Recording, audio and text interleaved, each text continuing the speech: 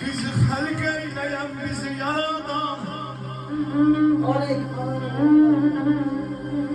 bizi halk eyleyen, bizi yaradan, göylerde Tanrı'dır, yerde Anadır.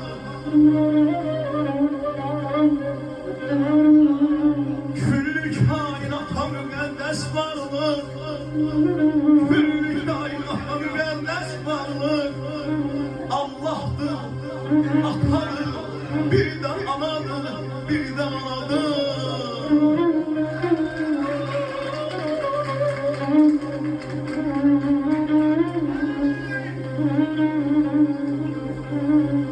Ana çok uzadı dağların boyundadır, ana çok uzadı dağların boyundadır.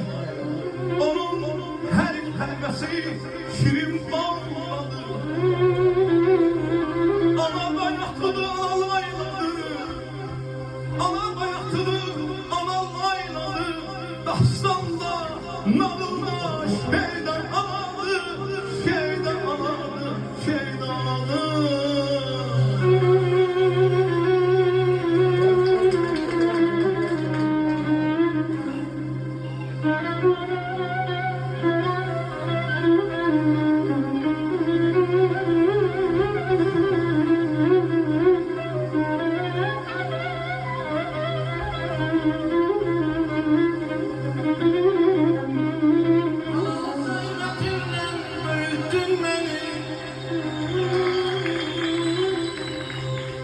Anam zeymetimden büyüttün beni, anam zeymetimden ben kurbanam anam, ben kurbanam ayağım.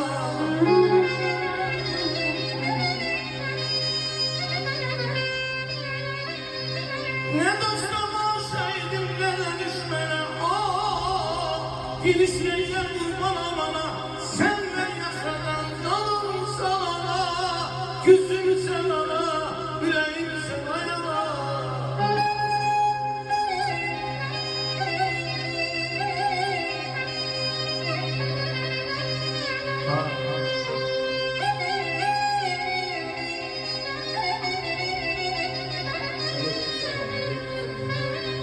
Uzun geceler yüksüz kaldın sen ayağına.